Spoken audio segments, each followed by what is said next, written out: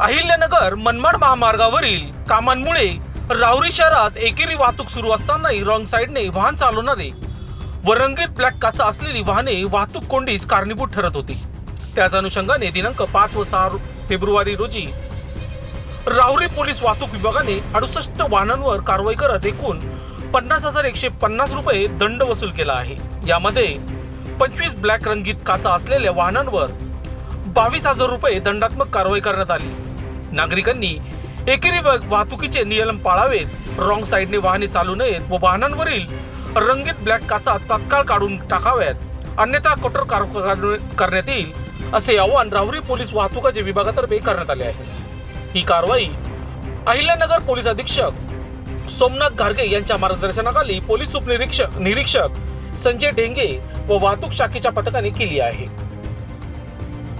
लोकशास्त्र news साठी राहुरी प्रतिनिधी दत्तात्रय जोगदंड।